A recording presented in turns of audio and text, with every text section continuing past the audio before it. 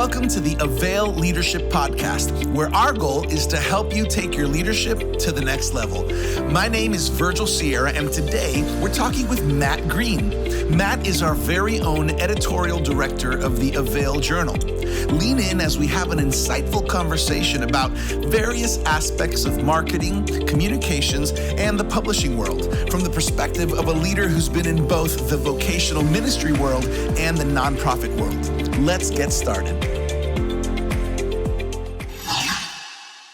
Hey, everybody. Welcome back to another episode of the AVAIL Leadership Podcast. I'm your host, Virgil Sierra, also the lead pastor of Vertical Church, aka Iglesia Vertical, where we are one church, two languages in South Florida. I'm so pumped about this episode.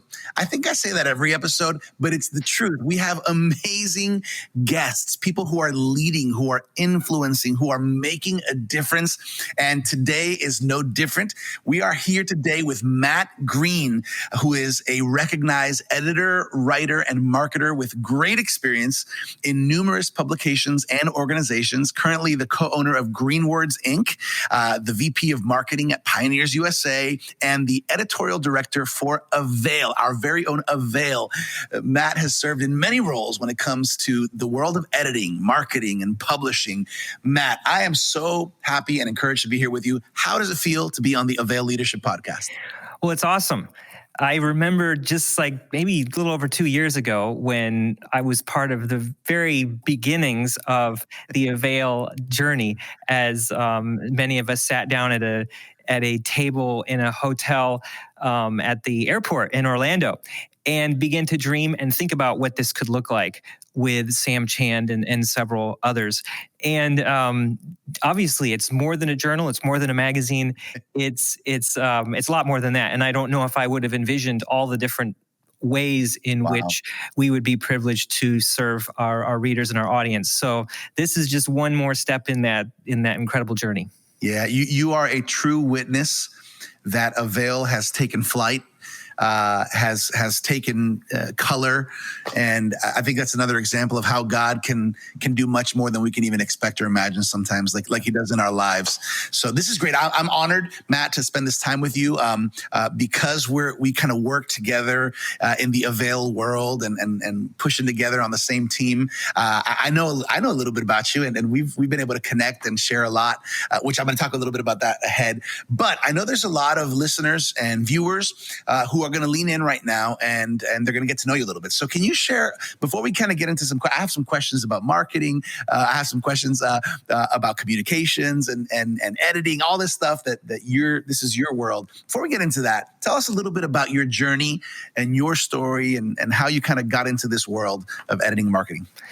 Yeah, so I was brought up in a family that really appreciated reading the written word. I enjoyed getting magazines, reading books when I was a kid. And then I started writing stories, anything I could, basically put on paper. This was before we had blogs and the ability to publish on the internet. And when I was 14, I saw an ad in the newspaper. I lived in a very small town in Vermont, but the county had a newspaper that went all over the county. It was called the Caledonian Record. And I saw an ad in there. They were looking for feature writers, human interest feature writers. And I showed it to my mother and I said, well, do you think I could do this?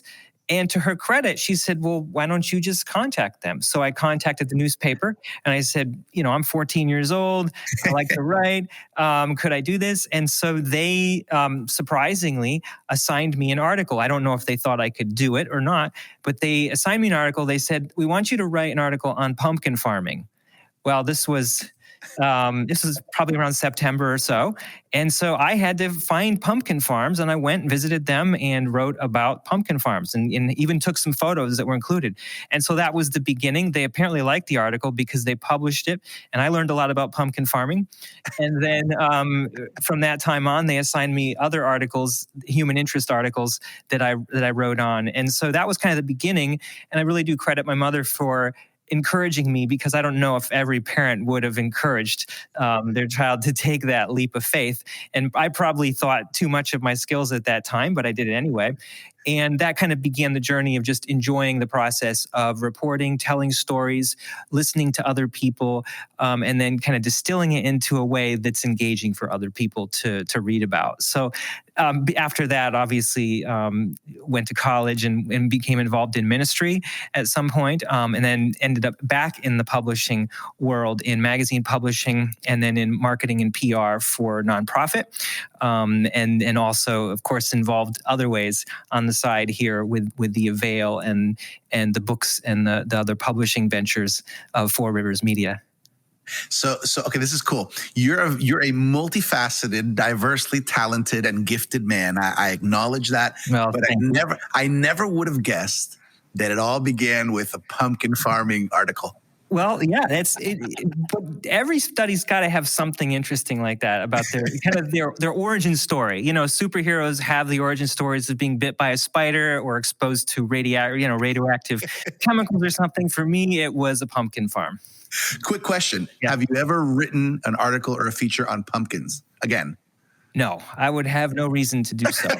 And, but there's probably some principles or something about that. I mean, right now I have a garden and I'm growing, I'm trying to grow a watermelon and some cantaloupe.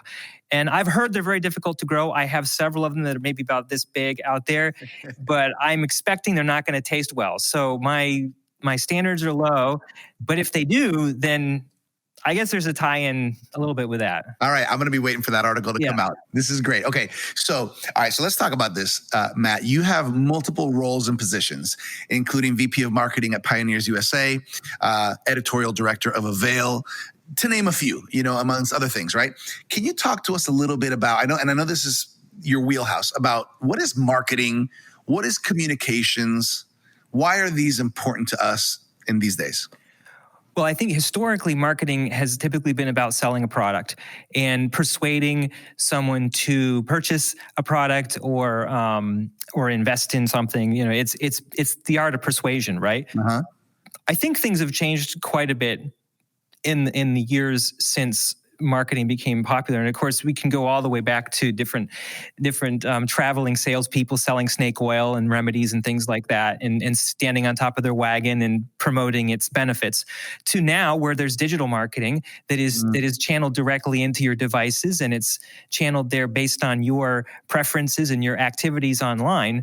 But I do think a common thread of marketing is that of telling a good story. Mm-hmm. Right? It's connecting with people on an emotive level so that they engage with you, they respond on an emotional level, and actually do what you're wanting them to do. But of course, I think that's become much more sophisticated, more complex lately, and it's involving relationships and authenticity, and a sense that you care as the person who's selling a product, that you're not just there for yourself, but that you are actually providing a benefit. And so I think that's some of the ways in which it's evolved, and it's got a long ways to go, obviously. But there's implications in the church and in nonprofits and ministries, as well as in business for marketing. But I would see storytelling as kind of being at the core of marketing. So when you say that, and I maybe never thought of it this way, when you say that, it sounds like there's an art to it, right? There's an art. There's an aspect of it, because storytelling is not necessarily, something technical. It's something there's an artistic aspect or creative aspect to it that maybe some people might not connect. Can you speak to that? Right, I think so. Because we all kind of I think we're wired to appreciate story. It's something that draws us together. We watch a movie together and we resonate with the narrative of the story. There are certain things we expect. When we engage with a story, we expect there to be a challenge, a struggle that a hero or someone we care about, that we're going to develop an affinity to in that story, they're going to overcome. They're not just going to overcome something physical, but they might also come to a deeper awareness of themselves.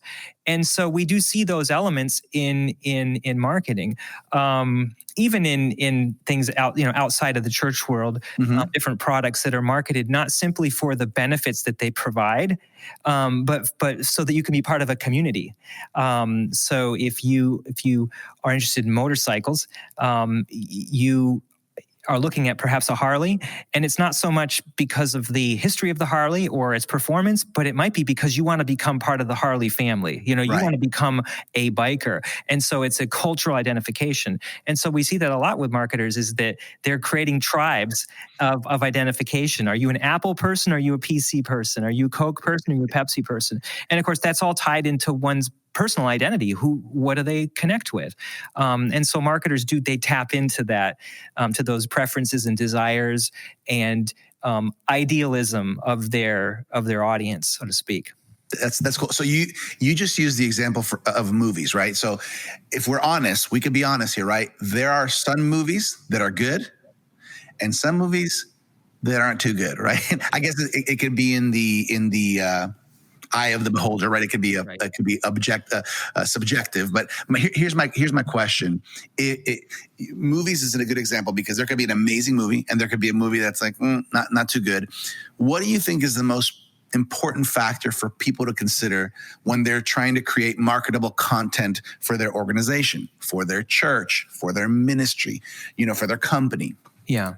Well, I think part of it, one of the things I think about a lot is the language of the audience. And of course, I'm not just talking about the dialect, whether they speak Spanish or English or German or whatever, but it's what are their preferred ways of communicating and of consuming media. And what I've noticed a lot, and what our organization and others have observed lately, is the language of the generation that we're trying to reach is video, and it's not just video, but it's mobile video. It is accessible content, and it doesn't have to be perfect. But that is one thing we've discovered. That's the language of the generation. Maybe 30 years ago, it was newsprint or books or something like that. But this seems to be how this generation is communicating to one another and are conveying values and meaning. And so we have to be willing to use that, even if it might not be our own personal preference. For me, it's not. I mean, I watch YouTube videos, but it's typically to gain information, to learn something, to apply to my life. It's not as much for entertainment always. But I realize that the generation that I want to engage with, they do use that language. Yeah. And so I think marketers have to have a sensitivity toward their audience and what that language is that they're speaking, and being willing to learn to speak it, or to find people that you can recruit to come alongside you that do speak that language well, even if it's not something that you're necessarily good at. Because that's not something I'm good at. I've produced videos, but I'm not the one who's shooting them. I'm not the one who's editing them because I don't have those skills. But I think if you have the knowledge of how to engage people on a heart level, I think you can be part of creating that content, even if you don't necessarily know the technical aspects of executing it. Yeah, that's good. I think, as we're talking about it, I think it's an issue of relevance at this point. And what you've discovered is that in this time that we're in right now, it's important to consider this if you want to market anything, if you want anything to get out there, because somebody can resist this, but that would may lead to irrelevance, because if you're not in front of how the world is functioning, right? I mean, that happens sometimes, right? Yeah, it is. And I think if you resist it, you are kind of abandoning your opportunity to inject your values and the things that you care about into that space. If you decide, well, I don't believe that this is the most important way of communicating, instead of saying, well, I might not like it or it might not be my preference, but this is an opportunity for me to connect with the people that I'm trying to reach and to share and convey and engage them with my values and the things that matter to me. So I think that's important. We don't want to just abandon the spaces that we think are problematic. That's good. Okay. I want to take a step back here, Matt. How old were you with that first article that you wrote? Was it 14? 14, about 14 or 15, I think. Yeah. Okay. So we're not going to go to how old you are now, but 14 was your first article. Right. We could say some years have gone by. You've written a lot of articles. Do you think, if you had a ballpark range of how many articles you've written, what would you say to that? Boy, I don't know. Probably several hundred. And that would go from larger features, for magazine or for journal, smaller, maybe columns or editorials that I've written at different times, blogs or digital content. Done some book editorial projects, helped people really get their message out in a book form. But yeah, I don't know what those numbers are. I mean, I don't really keep track, I guess. Okay, so I'm holding in my hand the most recent AVAIL journal, which, by the way, is fantastic. Thank you. And I think you're in it. You wrote a feature here, "The Language of Heaven: How to Build a Bilingual Church." And I'll just say, this is an article you wrote about our church, Vertical Church here in South Florida, and our pastoring. I would imagine this is probably in your top 3 most amazing works that you've ever done. Favorite? You sound like my mother. I'm just kidding. I want to just give you some props and some great credit, because I've read many of your features and your articles that you've done in the AVAIL journals, especially in the last year and change. And I was honored that you did this one. From looking back, and you don't have to use mine. We already know that that's one of your top 3, but are there any other ones that stand out? Any other articles that stand out that throughout your journey that you're like, man, I really am proud of that? That pumpkin farm one, or yeah, something like that. Well, there were 2. I did work in the publishing world in Christian magazines for some years before my current role, and had opportunities to interview people and write on topics that were critical.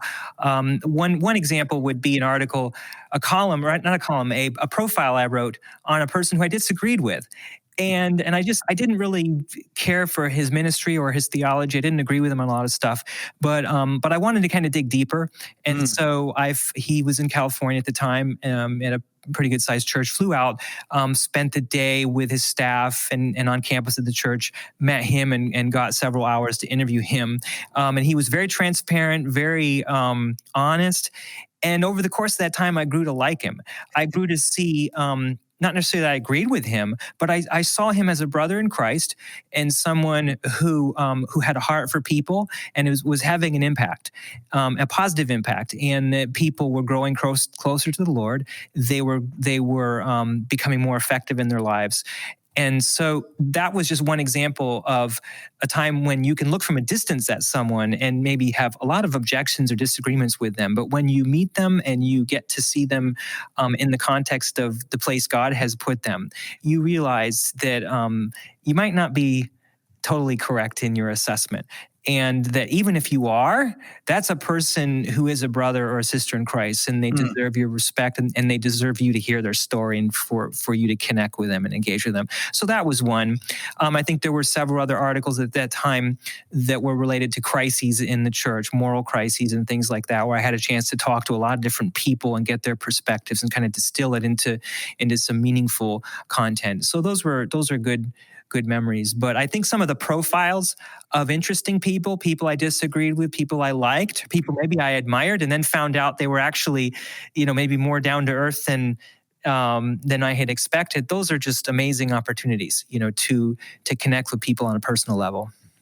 That's really cool. I actually think that's a great life lesson, because sometimes I think we can, in any area, we can convince ourselves that we don't like somebody, or that, right, or that we have nothing in common with somebody, where we're just, and I think the way you phrased it when we were talking about this is just getting to know somebody, right? The relational aspect, which is part of writing a profile, right? Or being, or that can really break down walls. And I think the church could benefit from more of that, right? Right.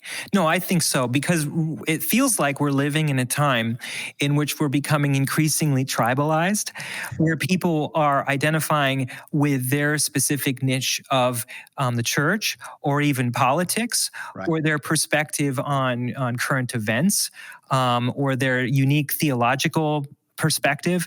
And so that fragmentation leads us to put people in the category of the other. They're different than me, they're other, and it diminishes the things that we have in common. So And I mean, I've been guilty of that many times, just looking from a distance, making a judgment call, assuming that someone believed a certain way or thought a certain way without actually listening to them. And then when you meet them, you find out we actually have a lot in common. Of course, this is not just in the church that we deal with this. This is in all over the place, whether it's with our neighbors or, and I've had the privilege through my work with in missions to be able to travel all over the world and meet people from other religious backgrounds, Muslims, Hindus, Buddhists, and to be amazed to find out we have so much in common. We all want the same things for our children. We all want to be able to work and to have a living wage. We all want to be healthy, and we care about our families. Mm. And those are some of the deepest parts of us as human beings, even though we might not share the same faith. Right. And so when you bridge those gaps, when you meet those people, you find out how much you do have in common, and it kind of mitigates a bit of your judgment.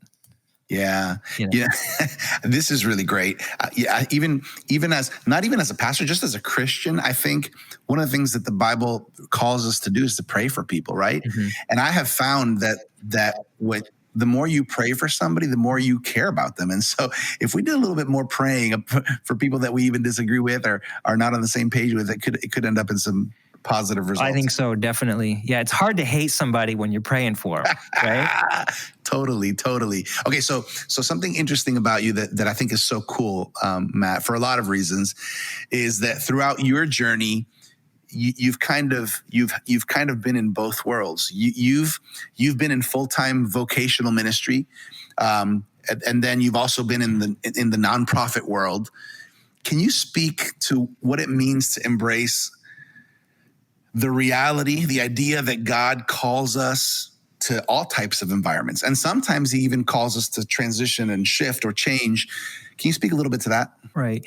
Yeah, I've thought about this quite a bit since I've left vocational church ministry, and I was in pastoral ministry for about 5 years at different churches, and then leaving that and then going into the work world where you're working a daily job and you're in the business world, and then into the nonprofit world as well, and realize some of the perspectives that I had when I was in ministry really were not correct and needed to be adjusted a bit, particularly as it related to calling and maybe what some of us might think of as the different levels of calling or the different hierarchies within the kingdom of importance. Mm-hmm. And of course, when I was in church ministry, I thought, well, this is the center of all that God is doing in the world. This is kind of the hub. And so people come to us to experience and to get involved. And if you really want to be part of what God's doing in the world, this is where it's going to be, is here in the local church. And I do believe in the local church and its importance. But in some ways, I missed out on how much people that I was serving in the local church were also serving in a very needed and important way in their areas of calling, whether they are a school teacher, or whether in the medical area, or whether they are working for the city, on the streets, or if they're a counselor or something like that. There are so many ways for us as followers of Jesus to love our fellow human beings. Mm-hmm. And that's what God's called us to do. And this is how we fulfill the calling He's placed in our lives, whatever that is by caring for and serving our neighbor. And so that's been a real shift, I think, in my mind, is understanding that ministry and service to God can really happen anywhere, and that calling can take many shapes over the course of someone's life. Just because God might have you in one place at one time doesn't mean He won't move you and place you somewhere else, and that's not necessarily a demotion or a promotion. That's not really how the kingdom works. Right. It's not. It doesn't work as a hierarchy. It works as, where does God have you, and are you being fruitful to the best of your ability and the Spirit's empowerment wherever you are. I think as I'm hearing you talk, it's so true. I've been learning a lot and researching a lot about life work and ministry. Mm-hmm. People think ministry or calling, they automatically think, oh, that's not the church. That's the people Right. who work at church. Where I really believe we're all called to minister. Like we're called, some of us are called to minister in the church. Yeah, fine. Some are called to minister in the education system. Right. Some are called to minister in government. Some are called to minister, in healthcare. It's connected to our calling. It's connected to our purpose, to our giftings. Right. And I think that's that message is important, Matt. I think it's true. I think that, in fact, I think that's God's heart. Is we need to take light everywhere, right. And so the local church has a role, and some people have a calling to that. But there's a calling that we have from the Lord to be light, to be salt, and to be light everywhere. And I think it's interesting in your story how you've kind of been able to experience both and being okay, being comfortable saying, hey, this was a season or a chapter and the Lord is using me in different ways. But it's all pointing to the kingdom. Right. And I think otherwise there can be a sense of real disappointment, because if your sense of the calling of God and your impact is tied to a certain ideal that you have vocationally, right? If it's tied to that, then that means if that vocation changes or shifts, or God moves you somewhere else, or you are fired, or and I have many friends who work overseas, and they are at the mercy of local leaders who might be giving them a visa. So if they lose their visa, they have to go somewhere else or they have to come home. Well, that can be very jarring to someone whose calling is tied specifically to a vocation or to a location instead of to serving God in whatever place he has you, and loving your neighbor, caring for the things that he's placed in front of you, recognizing that he might move you somewhere else. And are you okay with that? Yeah, that's good. Matt, It's been a lot of experience in the different worlds. It's been a lot of, I'm sure your journey has had ups, has had downs, has had twists, has had turns, as most of our journeys do.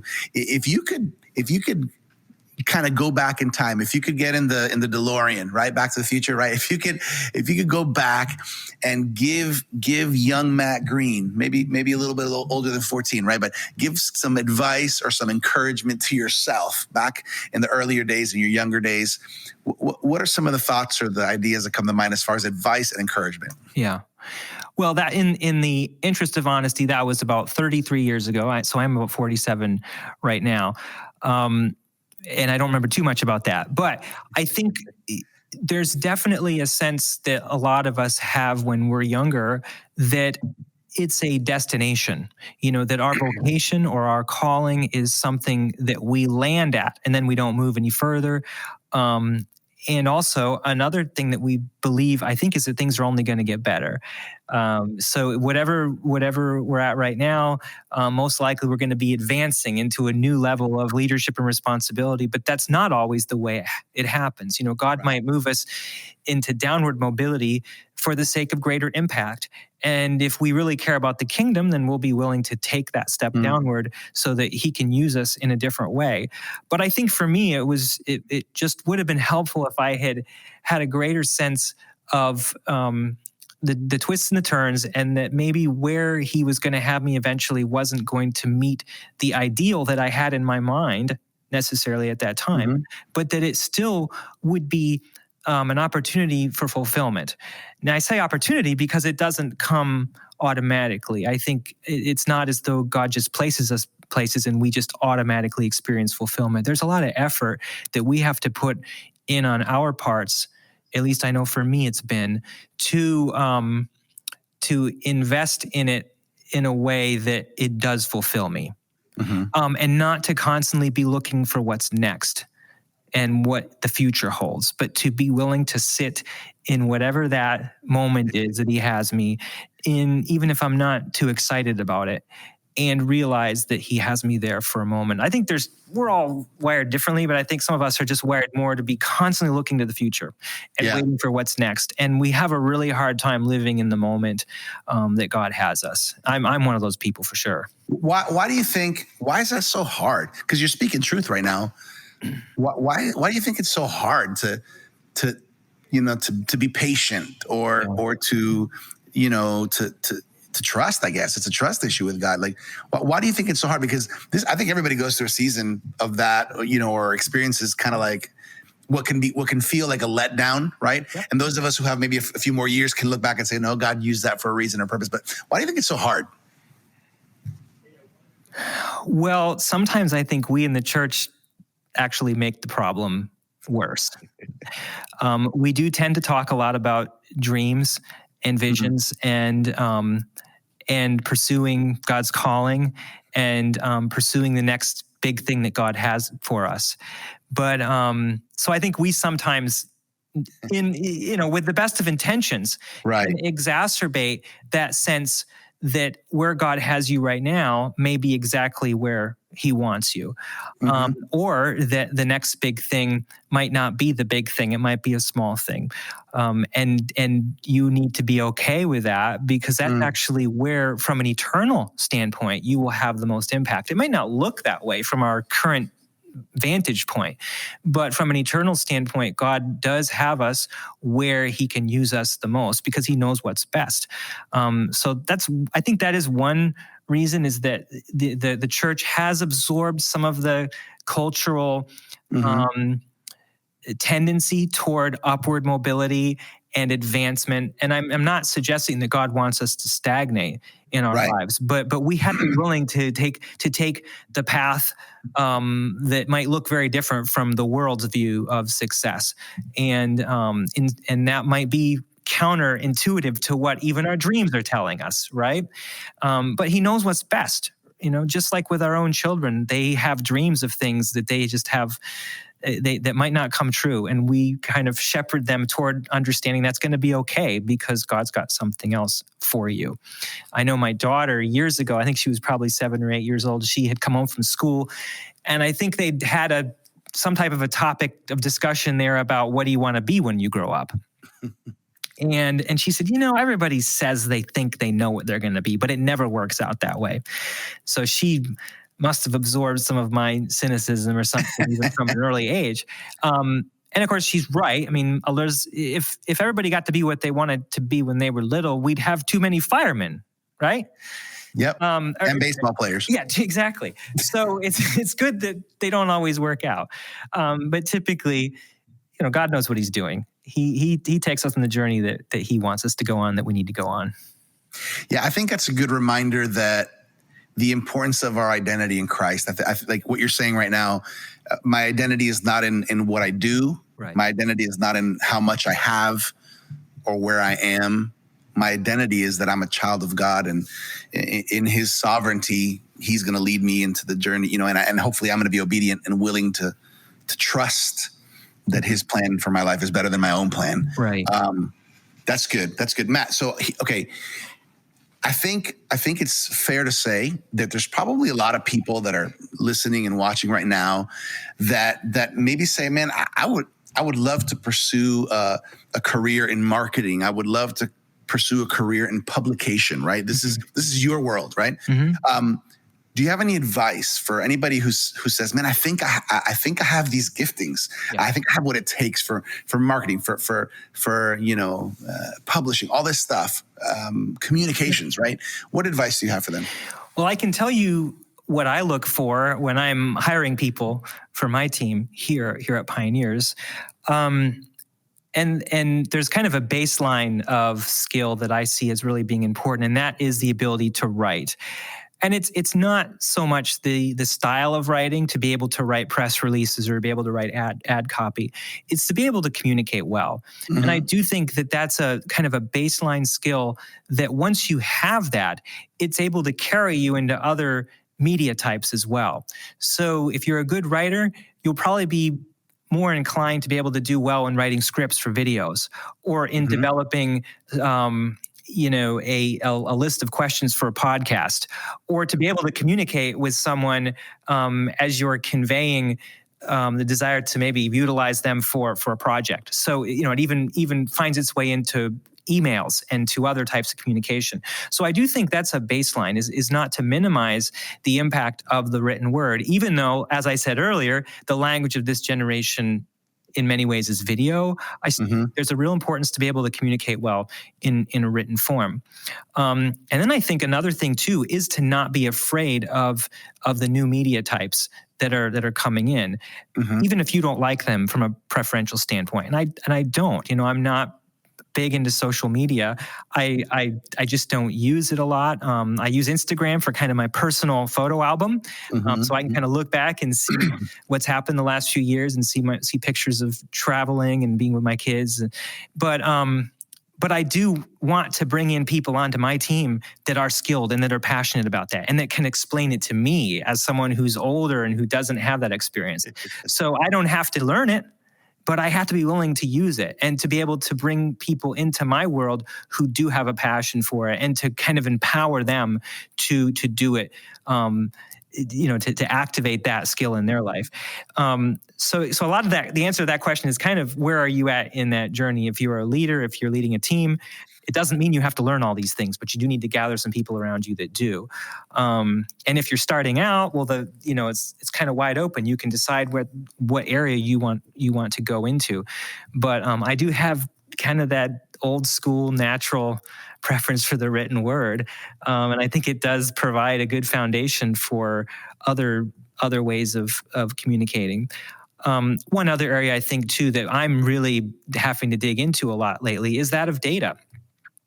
Historically, marketers didn't have anywhere near as much data as they do today. And so they had to kind of go by their gut. And as a result, you kind of had gurus out there that would do marketing, or people that seem to have this sixth sense to be able to promote something or create a product that just flew off the shelves. We had people, like Steve Jobs is one example of that. He could just create an idea, a concept of a product, and it just resonated with people, even when the experts looked at it and said, that's not going to work. But of course, he as the exception, he proves the rule, right? There's no other Steve Jobs out there. There's very few, if any. And so that means we're more dependent on actual data. So, and we have it. We have it through social media platforms, through the web, and through market research. We can actually tell, what it is that seems to be resonating with people and attempt to respond to that. Not so that we can manipulate, but so that we can have our finger on the pulse of what's the story? What is it that is connecting with people? So data is an important part of a marketer's job nowadays, whether they like it or not. If they prefer to be using the cool gadgets, they might need to sit in front of a spreadsheet and let their eyes glaze over sometimes. That's good. Before we talk a little bit about how people can learn a little bit more about Pioneers and even Avail online, here's my question, Matt. Specifically, is there something for you personally that somewhere where you find inspiration, right? Whether it's for your writing aspect of what you do, marketing aspect of what inspires you? There's certain things that's kind of can spark inspiration or can spark ideas. Where do you go for ideas or inspiration? There's been a few areas. I mean, I obviously, because I live in a world of digital and electronics and sitting in front of a screen doing email, I really need to get away from that. So my external hobbies are non-digital. I love to garden. I love to go hiking and backpacking. And I got a motorcycle last year, and I have made a commitment to do all the maintenance myself, which is, I'm not really a mechanically minded person, but I've got YouTube.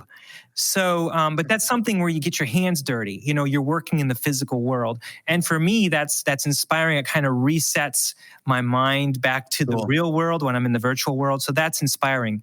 Another thing that I've found really inspiring, this might sound odd, but when you watch a movie, sometimes they have an extra, like the extra features where you can see the making of it, or you can hear the commentary. And one that really impacted me years and years ago was the extra features that came with the Lord of the Rings DVDs. And that was just where they went into depth for hours and hours and hours on the making of the world in which they filmed the videos. And I think for me, it was inspiring because of the commitment and the creativity to the process that was sometimes very menial and things that people would never see necessarily. Unless they just screen grabbed a very small part of a video and zoomed in on it. But it's that attention to detail that I think I find so inspiring, because I have a tendency to kind of go to speed past things. If I don't think anyone's looking, I want to move on to the next thing. I'm excited to do what's next. And I figure, well, they won't notice that. But watching people that are the best at what they do, at their craft, and watch them commit that much energy and effort inspires me, and it provokes me. And then when I'm working with my team, I kind of have them in the back of my mind, and I use them as kind of a model for working through that process, and to slow down and to listen and to be committed to kind of experiment and go back and do it again and be okay with failure, So those are kind of two areas. Obviously, just the physical world, getting my hands dirty in the real world, and then watching how other people do what they do. And be inspired by that and encouraged and a little humbled too, because you're never going to be at that level, but we can at least try. Yeah, that's cool. That's cool. I'm glad you mentioned that, because I think that's important no matter what area we're in or even leading in. I think it's important to find things that help us just get inspired, to breathe, to refresh, reset, right, and obviously learn and grow as well. So I'd like to close off, and obviously we'll talk a little bit about the AVAIL Journal, which I think is important. But why don't you tell us a little bit about Pioneers USA and how people can learn more about that, and then we'll talk a little bit about AVAIL. Yeah. So Pioneers USA is a global church planting organization. We have bases around the world. We have about 1,500 from the U.S. sent to do church planting among the unreached. So the unreached would be specifically people that do not have any access to the gospel in their culture. They have no self-sustaining church or gospel witness. Not enough Christians there to be able to create a movement to result in what we have here in this country, with many, many churches and believers and church leaders and Christian products and things like that. So our organization mobilizes and recruits and sends people from local churches to go and to begin church planting teams around the world. And so our team is involved in the fundraising and in the recruiting and the advocacy for that for Pioneers. And our website is pioneers.org for anyone who's interested. Very cool. Thank you. That's awesome. That is worthy of admiration. And I pray that the Lord would continue to give the whole team at Pioneers just vision and favor, provision, because I know there's so much work to do, and getting the gospel message to people that need it is such a worthy cause. So thanks for sharing that. Now talk to us a little bit about AVAIL. How are you feeling with all the things that are happening with AVAIL? Well, it's exciting to see, and it's exciting to see the product, evolve over the last few years and invite new voices in. I think one thing that I am very encouraged by, and I'm hopeful that we'll be able to continue in the vision for AVAIL, is a diversity. And I'm not talking just about ethnic diversity, although that's something that I really care about, but also gender diversity. And so we're always pushing to have a wide diversity of voices, not so that we can just have tokenism in the journal, but so that we can listen to perspectives that we would not normally be exposed to. Right? It kind of goes back to what I was saying earlier about tribalism and the tendency of us to group around certain things that are not really central in the kingdom. They might be central to us personally, but they're not central to the kingdom. So my hope is that AVAIL would gather people around the things that are central, the values that we all share.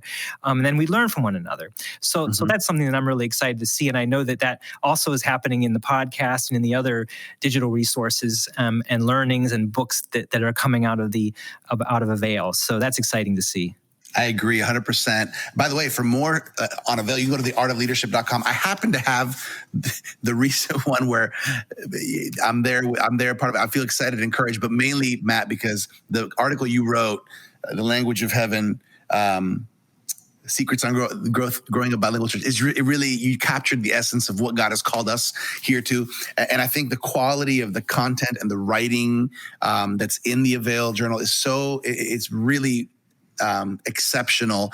But then even the design and the layout and the colors and the all the senses, the way it feels, it really is a quality. I mean, it really, like, you as part of it, and I'm not even on the end of putting that part together, but it just, you're proud of it. Feel proud of it. Yeah, no, I'm proud of it. Even though I can't take credit for design or the paper stock or the ink or anything like that. But what a great team of people. It's just a lot of fun to be involved, for sure. Yeah. So by the way, if you're listening right now, I want to make sure we mention this every single episode, because every single week there's new people clicking on and connecting with us. If you have not done so, you can claim a free annual subscription to the AVAIL Journal by going to availjournal.com. Availjournal.com, free annual subscription. What that means is for a year, these come out quarterly. You're gonna get 4 of these free, and let me tell you, it is worth it. In fact, you're probably gonna want to get some for your staff, for your teams, for other people that appreciate leadership and ministry. So I want to make sure that if you haven't done that, go to availjournal.com, claim your free subscription. If you've already done so, tell 2 people about it today. Let somebody know about it, because people like Matt, myself, and the whole AVAIL team, we're really putting a lot of energy, effort, passion, and excellence into everything we're putting out there. In essence, we want to help people in the art of leadership, right? Theartofleadership.com. Matt, this has been such a great conversation. It's been fun. Yeah, thanks. Talking from that first 14-year-old boy writing his article on pumpkin farming to now being editorial director and leading and really modeling a great example for so many that are going to grow in this. And I think you have, not only do you have a voice that God has given you, Matt, but I think that the Lord is going to give you opportunities to shape up and build up some amazing world changers in the journey. Can you share with us some final thoughts? What do you want to leave everybody with in their hearts as we close off this talk? Well, I don't really want to add much more than what I said, but I will just say what was on my heart when we were talking about some of these issues of tribalism and division that we see in the body of Christ, and just encouraging myself included to intentionally open my heart and my mind to ideas that might be uncomfortable. Not simply for the sake of being uncomfortable, but so that I can expand my perspective, so I can grow in my ability to learn, so that I can see through the eyes of people that I might not have a lot in common with, but who are my brothers and sisters in Christ. And I do hope that we as the church can take the lead in being a model of what it looks like to get along with one another. Now, I don't think that it's possible without the Holy Spirit, right? I'm not saying that somehow we can all just get along and stop arguing and stop fighting simply by ignoring our differences. But my hope is that we as the church could do that and model it because we have the Holy Spirit. Yeah. And because we do know the truth about who Jesus is and what he has done for us. And that is what binds us together much more tightly than some of these other more secondary things. I mean, there's always going to be time for arguing and discussing and debating, but let's do it as brothers and sisters, right? 100%. I think that was very well stated. And I think it is, I think the differentiating factor is the fact that God's given us his Holy Spirit. And so the things that we can't do on our own, we can do with him. Man, this has been awesome, Matt. Thank you so much for taking the time to just kind of lean in with us here on the AVAIL Leadership Podcast. I know that the listeners and viewers are appreciating everything we've talked about. And let me just say, I'm proud to work with you. I'm proud to be part of the team. Likewise. You're on. We honor you today, and we bless you, and we thank you, because a lot of the work that you do is also in many ways behind the scenes, so to speak. And I think there's something awesome in the giftings that God has given you, and so we're proud of you, brother, and we can't wait to see all that the Lord's going to do in you. Well, thank you. That's encouraging, Virgil, and likewise, it's great to work alongside you and the rest of the team. What an awesome time. Hey, everybody. Thank you so much for connecting again to the AVAIL Leadership Podcast. Every week, we're putting out episodes like this one that just add value, that help us in different ways in this art of leadership in this these opportunities that we have to influence, to grow, to impact, to get a message out. And this episode has been great. So remember, if you haven't claimed your 1-year annual subscription to the AVAIL Journal, you can do that by going to availjournal.com, and you can check out so many more resources also at theartofleadership.com. Thank you so much for taking time to be with us.